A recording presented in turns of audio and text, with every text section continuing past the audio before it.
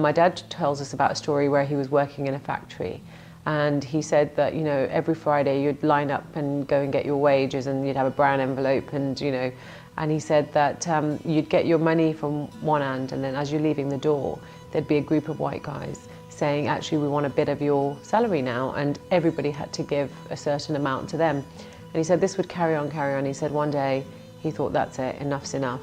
And he stood up to them and he says, no, I'm not going to give it to you. And he said to everybody else, no one's going to give you.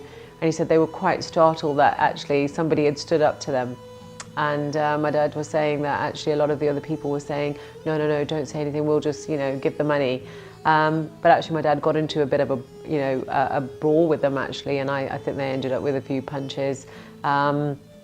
But I asked my dad, you know, why did you do that? And he said, actually, why should we accept that? That's just not acceptable that everybody should, you know, work hard all week and then have to give their money. And that was what my father was like. He was always about injustice and standing up for things like that.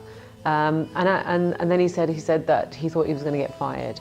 And he said that the foreman actually ended up promoting him because he stood up, and actually that caused a significant change. In today's day and age, you would expect the unions to be doing something like that, wouldn't you? If you're being discriminated against or treated unfairly. So for my dad to do that, he was very, very progressive in his ways and thinking, really.